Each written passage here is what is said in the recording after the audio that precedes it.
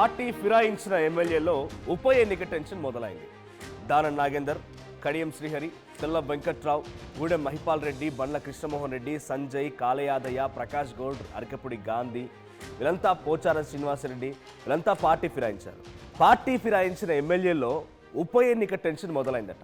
Supreme court కూడా ఏం చెప్పిందనంటే, speaker మీరు 4 వారాల్లో గనక నిర్ణయం తీసుకొని నిర్ణయాన్ని వెల్లడించకపోతే మీరు మీ న్యూ ఇయర్ వేడుకల్ని, కొత్త సంవత్సరం వేడుకల్ని జైల్లో గడపాల్సి వస్తుందని చెప్పి సుప్రీంకోర్టు మాట్లాడిన మాట. అంతకంటే పెద్ద న్యాయస్థానాలు ఏముండయి కదా. అఫ్కోర్స్ ఇండివిజువల్గా స్పీకర్ కూడా ఆ లెజిస్లేచర్కి సంబంధించి ఆయనే సుప్రీం కావచ్చు. అయినప్పటికీ సుప్రీంకోర్టు యొక్క మాటలను పరిగణలోకి తీసుకోవాల్సిందే. ఇప్పుడు మళ్ళీ విచారణకి ఆయన డేట్స్ అనౌన్స్ చేశారు. అయితే దానం నాగేందర్, కడియం శ్రీహరిని మరోసారి నోటీసులు ఇచ్చారట స్పీకర్. ఎల్లుండి 23వ తేదీన అఫిడవిట్ రూపంలో ఒక వివరణ ఇవ్వాలి అని చెప్పి ఆదేశాలు జారీ చేశారట. అయితే రాజీనామాని చేయకపోతే అనర్హత వేటు తప్పదు అనే రకంగా తెలుస్తోంది. ఒకవేళ వాళ్ళంతటా వాళ్ళు రాజీనామా చేశారా ఓకే, లేకపోతే అనర్హత వేటు ఖాయం. అనర్హత వేటు పడితే 6 ఏళ్ల పాటుగా, అంటే 6 years 2032 వరకు కూడా ఎక్కడ ఎన్నికల్లో పోటీ చేయడానికి అర్హత ఉండదు. సో దీంతో ఈ టెన్షన్ మొదలైంది. ఎన్నికల్లో ఆ అనర్హత వేటు పడకమనిపై రాజీనామా చేశామనుకోండి, కడియం శ్రీహరి స్టేషన్ గన్పూర్లో, ఖైరతాబాద్లో దానం నాగేందర్. నాకు తెలిసి ఎన్నిక తమిళనాడు ఎన్నికలతో కలిసి వచ్చే అవకాశం ఉంది. 6 నెలల్లోపు ఎన్నికలు పెట్టాలంటే ఇదే 6 నెలల్లో తమిళనాడులో కూడా ఎన్నికలు ఉన్నాయి. సో దాంతోపాటు కలిసి పెడతారు. సో ఇక్కడ మరి 2 చోట్ల ఉప ఎన్నికలు వస్తే సిచ్యువేషన్ ఏంది? జూబ్లీ హిల్స్ మాదిరిగా గెలిస్తే ఓకే, లేదు మరో 6 నెలల్లో ప్రభుత్వంపై ఎటువంటి వ్యతిరేకత రాదని గ్యారెంటీ ఏంది? ప్రభుత్వం ఏం పనిచేస్తలేదు అని చెప్పి జనాల్లో ఒక అభిప్రాయం రాదని గ్యారెంటీ ఏంది? సో ఇవన్నీ ఆలోచించి ఈ దానం నాగేందర్, కడియం శ్రీహరి కూడా తలలు పట్టుకుంటున్నారట. జంపింగ్ ఎమ్మెల్యేలలో ఇప్పుడు రాజీనామా ఈ ఇద్దరికి అనివార్యమైంది. రాజీనామా చేస్తేనేమో కొంత వీళ్ళకి రిలాక్సేషన్, మళ్ళీ ఎన్నికల్లో పోటీ చేసి అవకాశం ఉంటే గెలవాలి. లేదు అని అంటే 6 ఏళ్ల పాటుగా, అంటే ఒకవేళ వచ్చేటువంటి ఎన్నికల్లో పోటీ చేద్దామన్నా, అంటే 2028 29 ఎన్నికలు వస్తాయి కదా, మళ్ళీ ఆ ఎన్నికల్లో పోటీ చేద్దామన్నా కూడా అవకాశం లేకుండా పోద్దట. సో 4 వారాల్లోగా 10 మంది ఎమ్మెల్యేలని విచారించి వారి అభిప్రాయాలు తీసుకొని ఫైనల్గా ఓ డెసిషన్కి రావాలనేది సుప్రీంకోర్టు స్పీకర్ పైన వేసినటువంటి ఒక ఆర్డర్. సో దీంతో మరి స్పీకర్ ఏం చేస్తారనేది చాలా తీవ్రమైనటువంటి ఉత్కంఠ నెలకొంది. చాలా క్లియర్గా స్పీకర్ ముందు కూడా నో ఆప్షన్. ఒక రకంగా కడియం శ్రీహరిని, దానం నాగేందర్ని కాంగ్రెస్ పార్టీ ప్రభుత్వమో స్పీకరో ఇబ్బంది పెట్టదలుచుకోలేదు. బట్ వాళ్ళ ముందు గత్యంతరం లేదు. ఇక అయితే రాజీనామాను చేయాలి, లేదంటే అనర్హత వేటన్నా వాళ్ళపై వేయాలి. అనర్హత వేటేస్తే 6 ఏళ్ల పాటుగా ఉండదు కాబట్టి ఇక రాజీనామా చేయడం గ్యారంటీ వాళ్ళు కూడా ఫిక్స్ అయిపోయి ఉన్నారు. కానీ రాజీనామా చేస్తే ఎన్నికలు ఎట్లా ఫేస్ చేయాలి, ఎట్లుంటుంది? బీఆర్ఎస్ పార్టీ సందులో దూరుతూ వచ్చి మళ్ళీ బీఆర్ఎస్ పార్టీ లొల్లి చేస్తుంది. స్టేషన్ గన్పూర్ నుంచి రాజయ్య ఉన్నారు, ఖైరతాబాద్ నుంచి ఎవరో ఒక కీలకమైన వ్యక్తిని, దశరథ్ శ్రావణ్ లాంటి వ్యక్తిని బీఆర్ఎస్ పార్టీ బరిలో దించవచ్చు. బీఆర్ఎస్ పార్టీ మొన్న జూబ్లీ హిల్స్లోనే ఇంత అధికార అర్ధ బలాల్ని దగ్గర పెట్టుకున్నా కూడా కాంగ్రెస్ పార్టీకి ఒక రకంగా టఫ్ ఇచ్చింది. సో ఆ సిచ్యువేషన్ నుంచి ఇప్పుడు మా దగ్గర పరిస్థితి ఏంటి అని చెప్పి తల్లు పట్టుకుంటున్నారట. మా ప్రతినిధి మధు ఉన్నారు.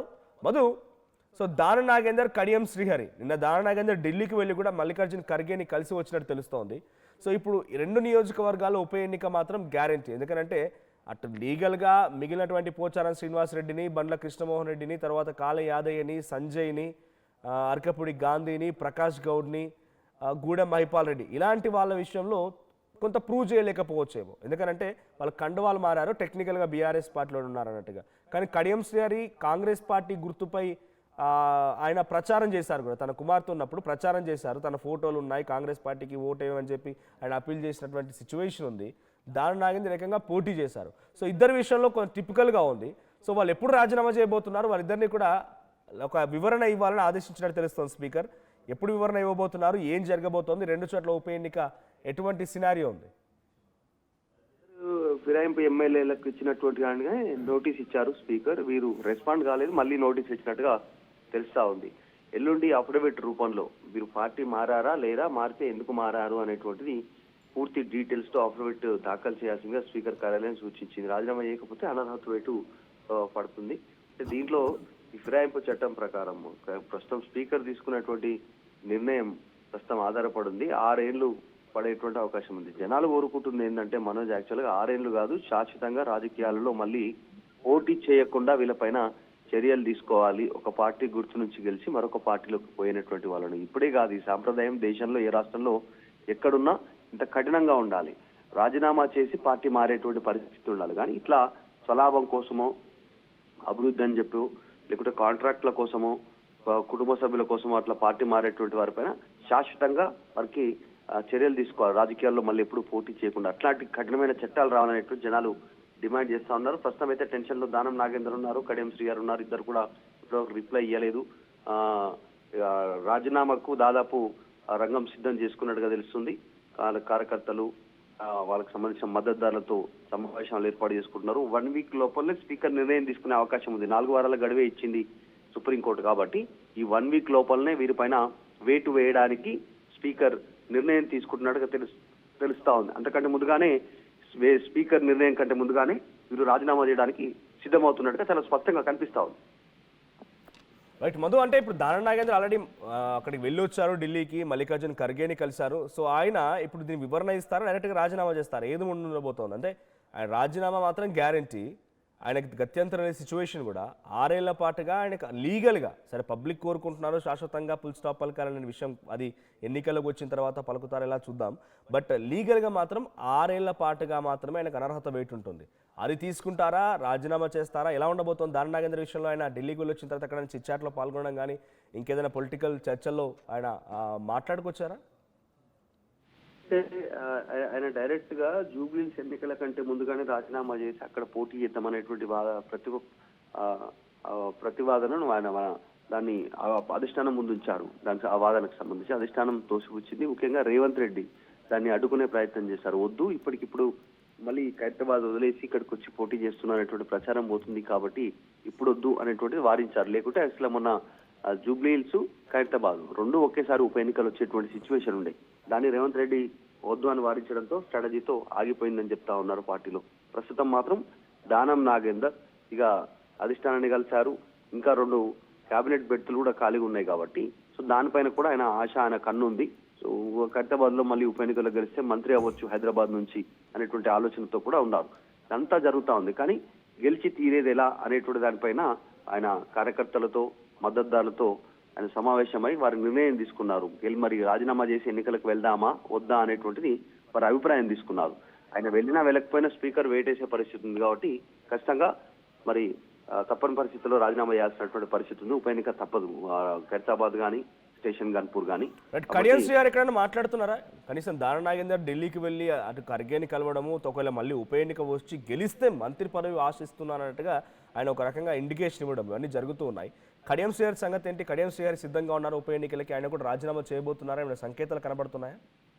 యాక్చువల్గా గతంలో బీఆర్ఎస్ అధికారంలో ఉన్నప్పుడు ఎట్లయితే కాంగ్రెస్ పార్టీ ఎమ్మెల్యేలను బీఆర్ఎస్ పార్టీలో చేర్చుకుందో లీగల్ కావాలంటే సిఎల్పీని విలీనం చేసుకోవడం జరిగింది. చట్టపరంగా మళ్ళీ చుక్కెదురు కాకుండా కోర్టుల పరంగా మళ్ళీ ఇట్లాంటి నిర్ణయాలు ఉండొద్దు అనేటువంటిది. కానీ ఇక్కడ కాంగ్రెస్ పార్టీ కొంచెం స్ట్రాటజికల్ గా మిస్టేక్స్ చేసింది. 10 మంది ఎమ్మెల్యేలను చేసుకుంది. ఇంకా మిగతా వాళ్ళని కూడా ఖచ్చితంగా వస్తారనేటువంటి ఆలోచనతో ఉండేది. కానీ తర్వాత ప్రభుత్వమైన తీవ్ర వ్యతిరేకత రావడంతో ఎమ్మెల్యేలు అక్కడే ఆగిపోయారు. ఎవరు రావడానికి సిద్ధపడలేదు. ఆపరేషన్ ఆకర్ష ఆగిపోయింది. సో ఇప్పుడు జాయిన్ 10 మంది కుర్తిలో పడ్డ ఎలకలాగా అయినటువంటి పరిస్థితి 10 మంది పరిస్థితి. దాంట్లో కడియం శ్రీహరి సిచ్యువేషన్ కూడా అదే. మీడియాను ఫేస్ చేయట్లేదు, కార్యకర్తలను ఫేస్ చేయలేనటువంటి పరిస్థితి, బయట తలెత్తుకొని తిరగలేనటువంటి సిచ్యువేషన్ లో కడియం శ్రీహరి ఉండిపోయినటువంటి పరిస్థితి. ఇంత రాజకీయ అనుభవం, నేను ఇంత పెద్ద సీనియర్ అని చెప్పుకునేటువంటి కడియం శ్రీహరి సిచ్యువేషన్ కూడా చాలా ఘోరాతి ఘోరంగా ఉందనేటువంటి కార్యకర్తలు మాట్లాడుకుంటున్నారు ఆయన గురించి. కాబట్టి ఇప్పుడు కడియం శ్రీహరి పరిస్థితి కూడా ఇట్లనే ఉంది. రాజీనామా చేయకపోతే ఉన్న ఇన్ని రోజులు రాజకీయంగా ఇంత సంపాదించిన పేరు బూడిదలో పోసిన పన్నీర్ లాగా మారిపోయే పరిస్థితి ఉంటుంది. కాబట్టి రాజీనామా చేస్తే ఎన్నికలకు వెళ్తారనేటువంటి ఆయన కార్యకర్తలు చెప్తా ఉన్నారు, ఆయన మద్దతుదారులు. కాబట్టి కడియం శ్రీహరి ఖచ్చితంగా రాజీనామా చేయనున్నట్టుగా తెలుస్తుంది ఆయన కూడా. Right, thank you Madhu. So మొత్తంగా 2 నియోజకవర్గాల్లో ఉప ఎన్నికలకు ఒక రకంగా శంకారావం పూరిందని చెప్పాలి. అటు అఫీషియల్గా వాళ్ళు చేయాల్సిన రాజీనామా ఇంకా మిగిలే ఉంది. కానీ దాదాపుగా రాజకీయ వర్గాల్లో అటు 3 పార్టీలో కూడా జరుగుతున్న చర్చ ఒకటే, ఇక్కడ ఉప ఎన్నిక గ్యారంటీ అనేది. స్టేషన్ గన్పూర్ ఎమ్మెల్యేగా ఉన్నటువంటి కడియం శ్రీహరి ఆయన కాంగ్రెస్ పార్టీ గుర్తుకు చేతి గుర్తు చూపించి తన కుమార్తె విషయంలో ప్రచారం చేశారు కాబట్టి ఆయన కూడా లాక్ అయిపోయినట్టే. దానం నాగేందర్ డైరెక్ట్గా అభ్యర్థిగా కాంగ్రెస్ పార్టీ గుర్తు పైన మళ్ళీ బీఫామ్ పైన సికింద్రాబాద్ పార్లమెంట్ నుంచి కంటెస్ట్ చేయడం. సో ఇద్దరి విషయంలో ఏం లేదు, ఇక గత్యంతరం లేదు. అనర్హత వేటున పడాలి, లేదంటే రాజీనామా చేయాలి. అనర్హత వేటు వేస్తే 6 ఏళ్ల పాటుగా ఆలస్యం అవుతుంది, ఎన్నికల్లో అర్హత ఉండదు. కాబట్టి రాజీనామా చేయడం కోసం ఆలోచిస్తూ ఉన్నారు. సో రాజీనామా చేశారంటే 6 నెలల లోపు ఎన్నికలు జరగాలి. అటు తమిళనాడు కూడా ఇంకొక 6 నెలల సమయం బహుశా ఉన్నట్టుంది. సో ఆ రాష్ట్రంతో ఎన్నికలు ఇక్కడ ఉప ఎన్నికలు వచ్చే అవకాశం ఉంది. చూద్దాం మరి ఏం జరుగుతుందో. సో నిజంగానే ఈ 2 చోట్ల ఉప ఎన్నికలు వస్తే కాంగ్రెస్ బీఆర్ఎస్ ప్రధానమైన పోటీ ఈ 2 పార్టీల మధ్య ఉండబోతోంది. ఖైరతాబాద్లో కొంత బీజేపీ కూడా స్ట్రాంగ్గానే ఉంది. అర్బన్ ఏరియా కొంత గతంలో పోటీ చేసిన అభ్యర్థులు కూడా. సో ఇక్కడ బీజేపీ కూడా ఉంది కాబట్టి 3 పార్టీల్లో కాంగ్రెస్ బీఆర్ఎస్ బీజేపీలో మీ సపోర్ట్ ఎవరికి ఉంటుంది కామెంట్ చేయండి. అసలైన తొలి వెలుగు. ఫాలో వాట్సాప్ @తొలి వెలుగు అఫీషియల్.